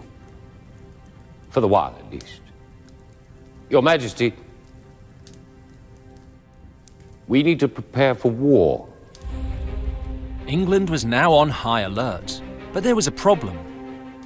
Elizabeth didn't have enough money to defend the country against the mighty Spanish Empire. Our coastline has been surveyed. We're dangerously exposed. We have neither the money nor the men to protect all of the beaches. Only the most dangerous can be defended. Set Drake to work. Build up the navy. And prepare the country for invasion.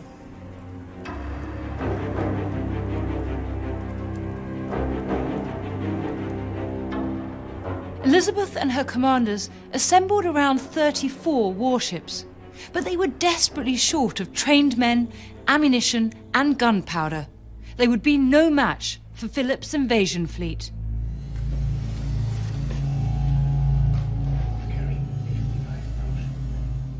In Spain, Philip's massive invasion fleet had finally been rebuilt and was ready to go. On July the 12th, 1588, 130 ships carrying 17,000 soldiers set sail from the port of Lisbon. A week later, they were spotted off the coast of Cornwall.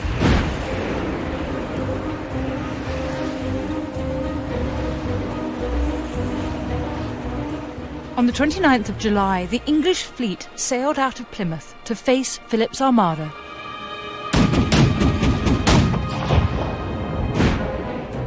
Now, when the Spanish ships did engage the English with the famous Francis Drake, they should have won easily. After all, they had far greater numbers. But the English ships were smaller, lighter, and easier to maneuver than the heavy Spanish troop carriers.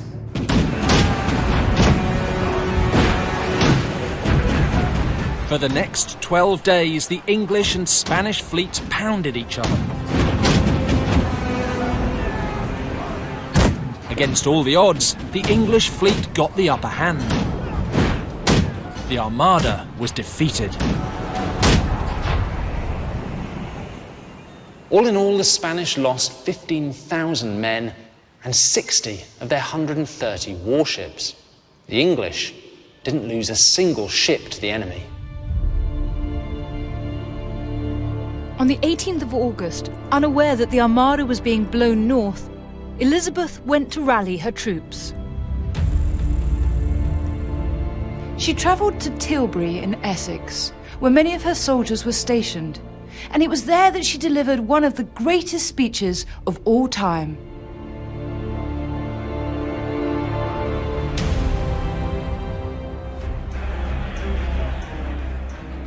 I have the body of a weak and feeble woman.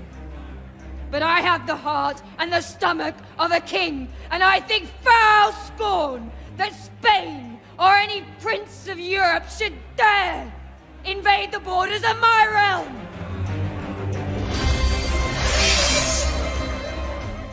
I myself will take up arms. I myself will be your general, your judge, and your rewarder of every one of your virtues in the field.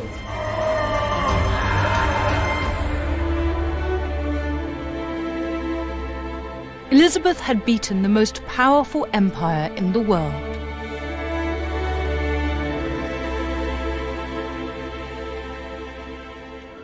The defeat of the Armada was Elizabeth's finest hour. She had never been so loved nor so popular. Elizabeth and her subjects saw the victory as a sign that God was on their side. They were the chosen people, and Elizabeth and the Protestant cause clearly had God's backing.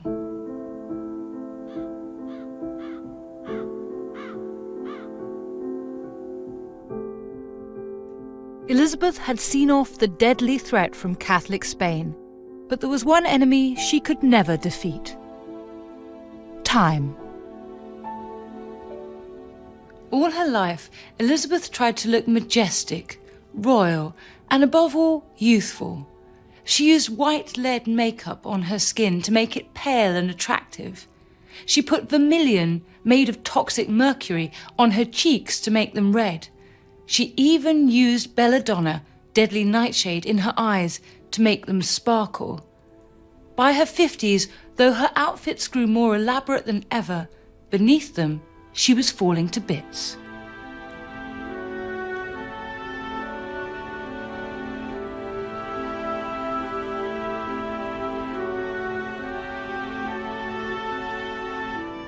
Elizabeth's court was also decaying. Her trusted advisors were either dead or dying. William Cecil was in his 60s, riddled with gout and desperate to retire. Your Majesty. What have we to do today? Elizabeth now had to rely on a new generation of advisors. They would cause her no end of problems. With William Cecil on his sickbed, his son Robert became Elizabeth's private secretary. And this is the new taxation bill.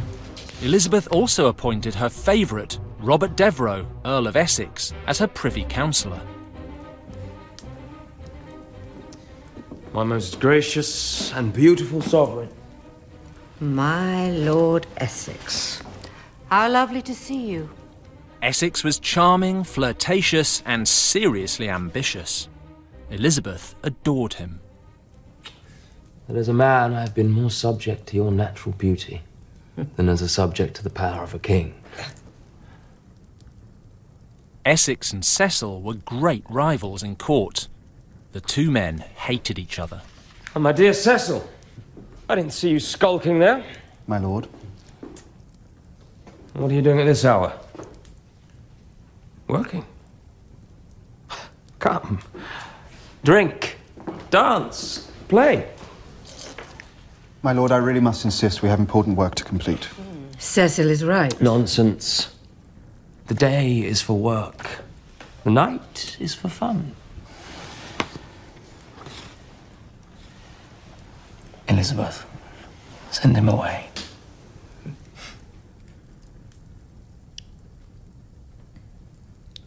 Cecil, let us finish this in the morning. Your Majesty, we really need to... can wait. Yes, Your Majesty. Essex was notoriously spoilt, but he made Elizabeth feel young again. Come, dance. We have no music. Dance with me. Elizabeth may have been the Virgin Queen, but she had always had a weakness for handsome young men.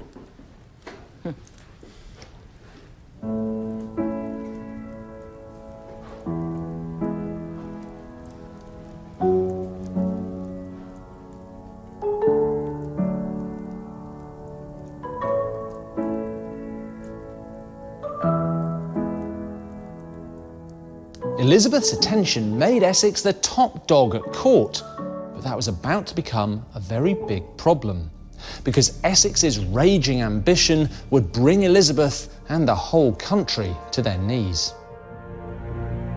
In July 1598, a Catholic rebellion sprung up in Ireland. Elizabeth needed someone to stamp out the uprising, and quick. Who do we have who has experience? Elizabeth's young advisors, Essex and Robert Cecil, had very different ideas about who should be sent. Sir William Knollys would be perfect for the role. Your Majesty, it may suit Cecil and his supporters to have my uncle stranded in Ireland, but it does not suit me. Essex believed Cecil was trying to undermine him by sending his uncle and most important ally to Ireland. My lord, you are mistaken. I chose Sir William for his diplomatic skills, no ulterior motive. Liar! You just wish to weaken my position in court, and I will not stand for it! Enough! I will have no more outbursts. Cecil is right. Send Sir William to Ireland. Majesty, I do protest. You can protest all you like. I've made my decision.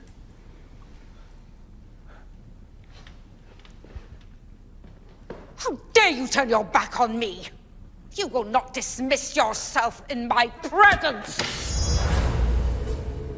You threaten me in my own court.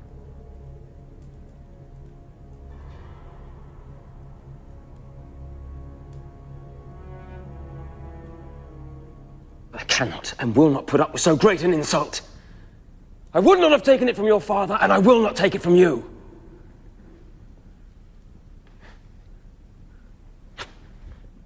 Get back! Get back here! Her conditions are as crooked as her carcass. Essex's words must have stung Elizabeth. She had believed he loved and cared for her. But it was all lies.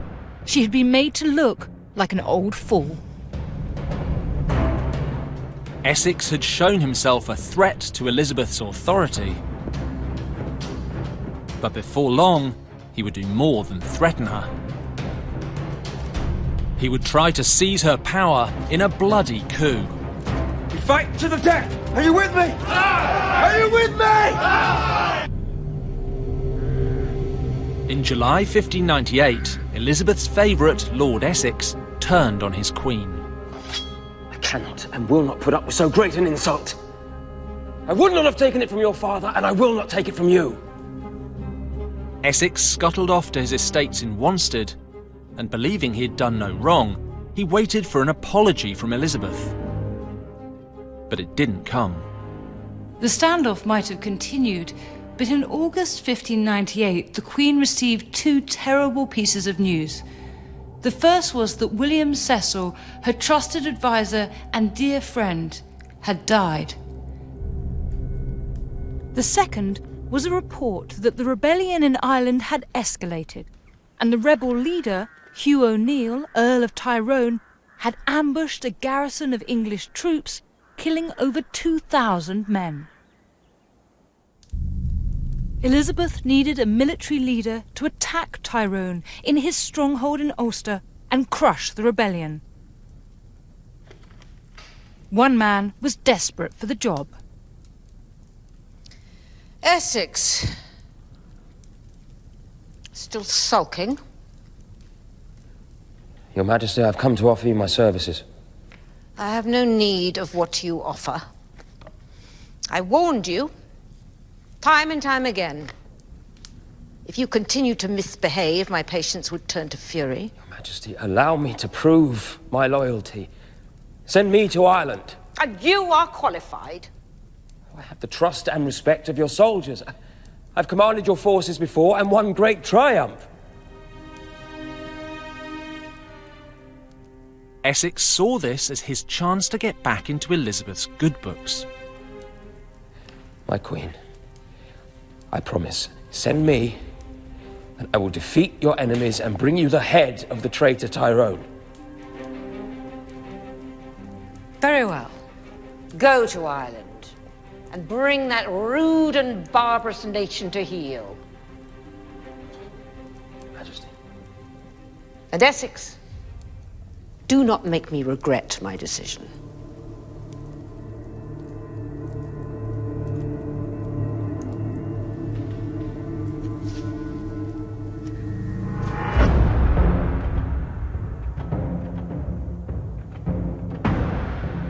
On March the 27th, 1599, Essex left London with 22,000 men. But from the moment he and his troops landed in Dublin, the campaign was a disaster.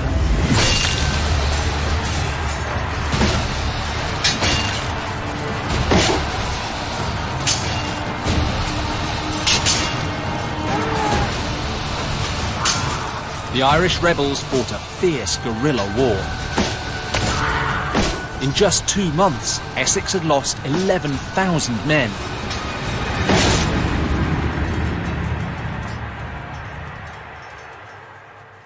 Those who survived were so demoralised they refused to attack Ulster, Tyrone's stronghold.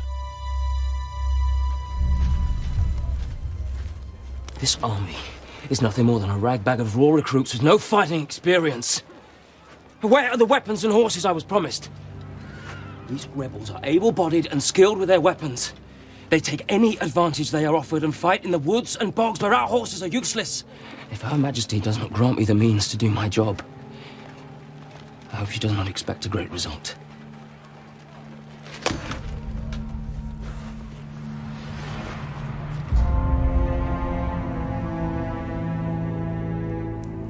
Essex wrote to Elizabeth demanding she send money and reinforcements. We are badly served. He has no reason to whine. He has everything he asked for. More, even, than was agreed upon before he went. I expect him to attack Tyrone immediately.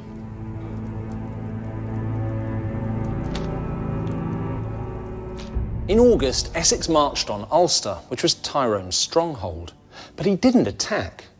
Instead, on September the 7th, expressly ignoring Elizabeth's instructions, he secretly met the Irish rebel leader to negotiate a peace deal. It was a seriously bad move. News of the secret meeting soon made it back to Elizabeth. What is this? Majesty, I apologize for the intrusion. I have a report from Ireland I think you should read.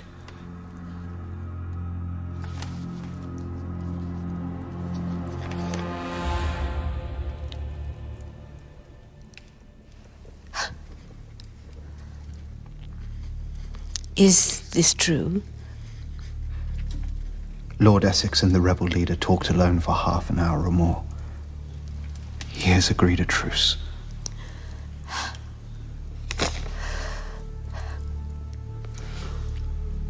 He has betrayed me.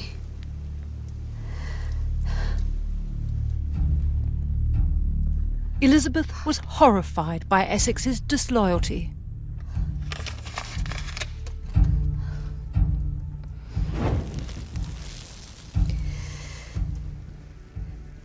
This is an act of treason. Take a message immediately. To trust the traitor Tyrone on oath is to trust a devil on his religion. Whatever arrangement he has made with him, unless he yields to having English forces planted in Ireland, then this is a hollow peace.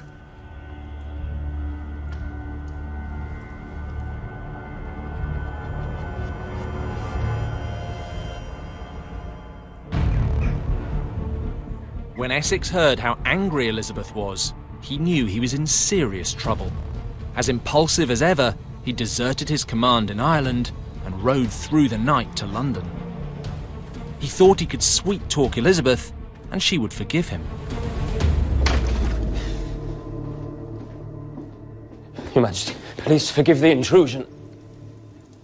Lord Essex, what is the meaning of this? I needed to see you. I needed to explain my actions. Get up. Get up, man. I'm in no state to receive you. What do you think you're doing? Essex's sudden intrusion must have been utterly humiliating for Elizabeth. Throughout her reign, she had wanted to appear as if time had left her unscathed. And here she was, caught without her wig and without her makeup. Her smallpox scars, her age spots, and her wrinkles were all clearly on show. We'll talk later. Let me dress. Your Majesty. Go now.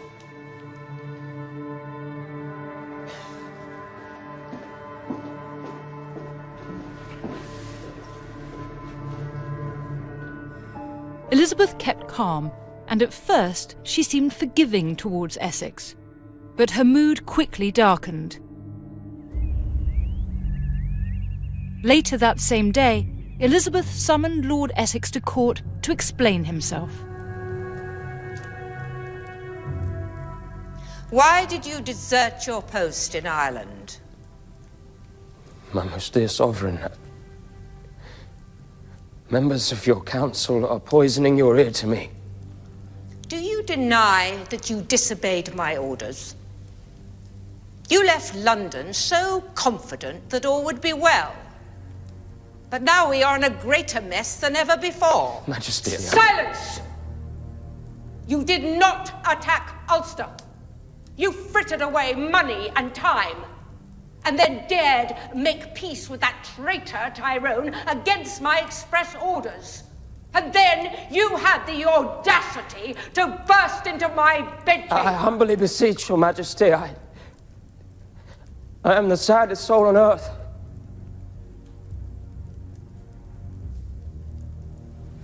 Begone. I need time to consider my response. On the 5th of June, Elizabeth stripped the Earl of Essex of his title. She banished him from court, and she placed him under house arrest. Essex was utterly humiliated, but there was worse to come. His entire fortune was based on a lucrative royal licence to import sweet wines to England. In October 1600, Elizabeth scrapped that licence. This one act condemned Essex to financial ruin, and his social standing was in the gutter. Essex flew into a violent rage. He refused to accept his punishment and was determined to strike back. The Queen's former favourite had become her enemy. The hot-headed Essex came up with a daring plan. He and his supporters would storm the Palace of Westminster, overthrow the Privy Council, and force Elizabeth to reinstate his title and his source of income. Essex and his men set out here, along Cheapside, to confront the Queen at Whitehall Palace. He knew he didn't have enough men to storm the palace, but he planned to recruit disgruntled Londoners as he marched.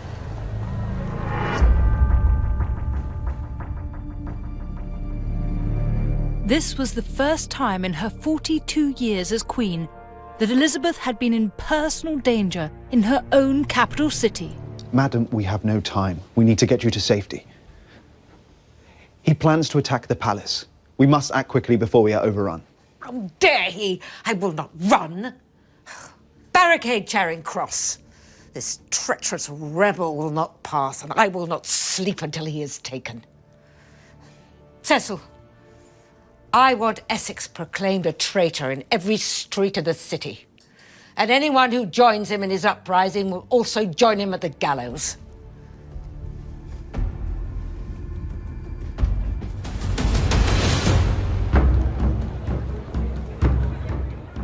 In the city, Essex and his men shouted slogans, hoping to draw others to their cause. But Londoners refused to join the rebellion. Imagine how Essex must have felt. He was so confident the people of England were behind him, he was prepared to ride through the streets of London, calling on them to rise up against their Queen. He was completely deluded. Elizabeth was the hero, not him. She'd defeated the great Spanish enemy, and God was on her side. Essex had got this badly wrong. Terrified, he ran for his life.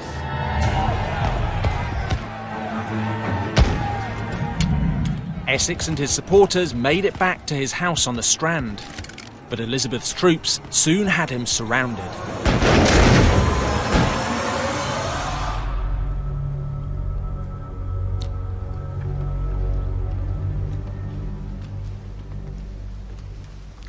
Your Majesty,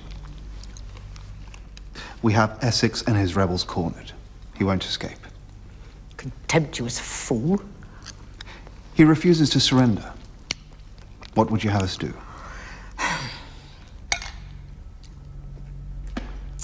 I'm tired. This must stop now. Take 2 cannon from the tower and reduce his house to rubble. Yes, Your Grace. Cecil, tell me when it's done.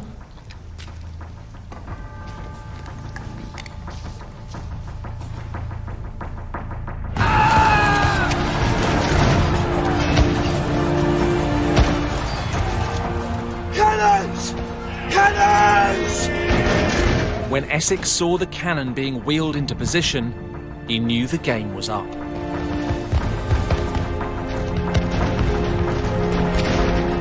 He had no choice but to surrender.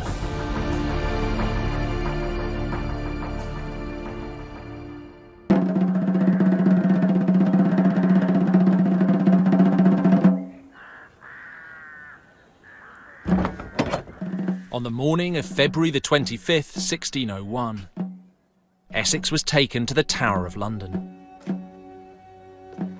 He'd been tried, found guilty of high treason, and sentenced to death.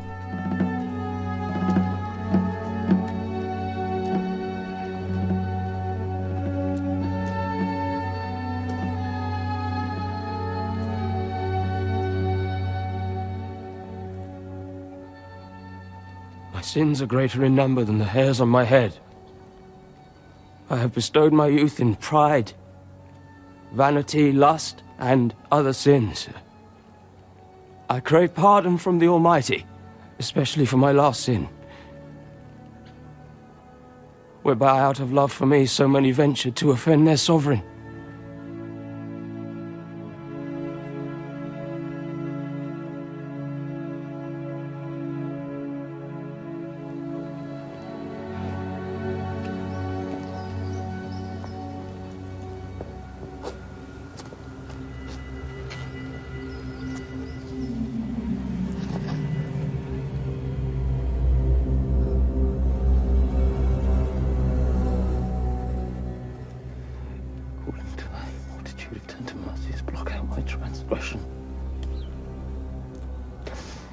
Strike home, executioner!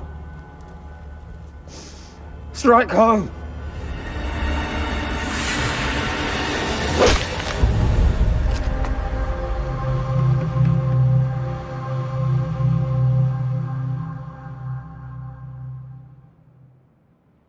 Strangely, of all the enemies that came after Elizabeth in her long reign, the battles she fought to survive, no one got closer to her than the arrogant, reckless Essex. But just like all the others, the plotters, the schemers, the invaders, he had failed. Maybe, just maybe, God really was on her side. Elizabeth may have survived, but time had caught up with England's great queen, and the end was in sight.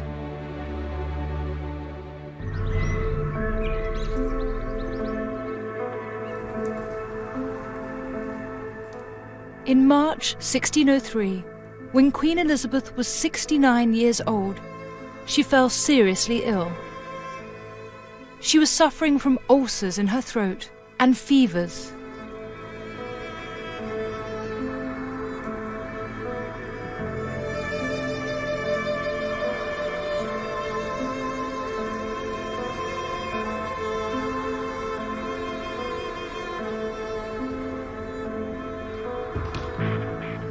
For 11 days, she sat on her bedroom floor, refusing to get into bed. Your Majesty.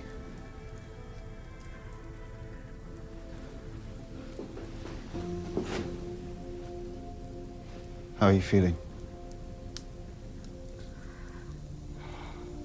I know nothing in the world worthy to trouble me. Your Majesty, the doctors all say the same. You need to eat. I know my health better than they. I am not in as much danger as they think. Elizabeth thought that if she got into bed, she would never get up again. Her fighting spirit was still very much alive. Then rest at least, please, Your Majesty. Let me help you to your bed. I will not. Your Majesty, I must insist. Little man must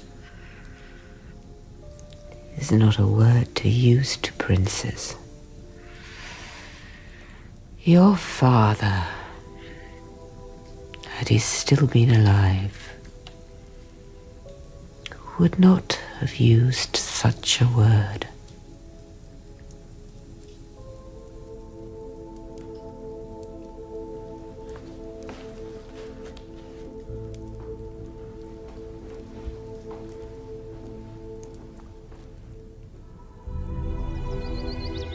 On the 22nd of March, Elizabeth was finally persuaded to rest. It was clear that the end was near.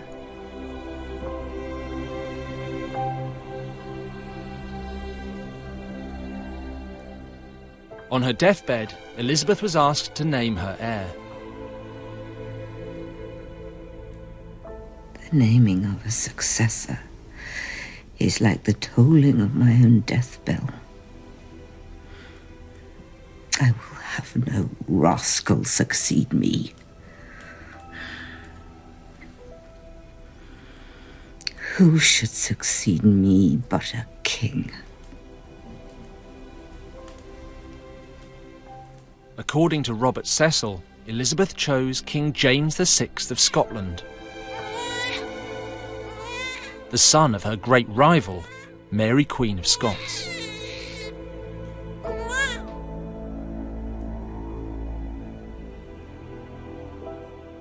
At around 3 a.m. on the 24th of March 1603, Queen Elizabeth died. She was 69 years old.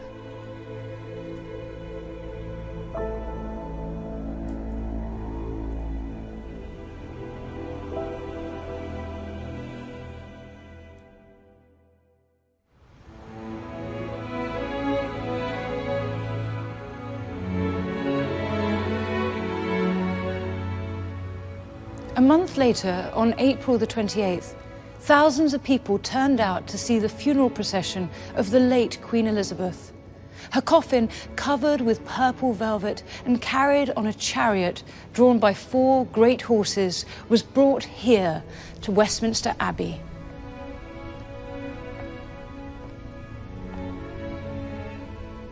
The streets were lined with mourners, all eager to pay their respect to the woman who, once young and vulnerable, had, over the more than 44 years of her reign, become England's greatest queen.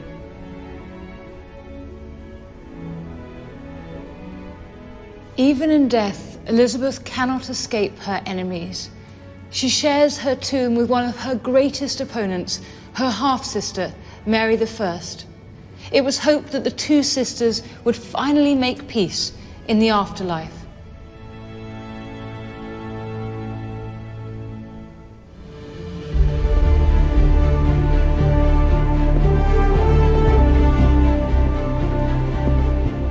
Elizabeth was a truly magnificent queen, and her greatest skill was survival. Family members, lovers, popes and kings all tried to crush her. All of them failed. She will pay for this. I myself will be your general, your judge. Just like Elizabeth, England had survived. Coups, plots and armadas had come and gone. None of them had managed to break her people. That's why we look back to her reign as a golden age, the birth of a truly great nation.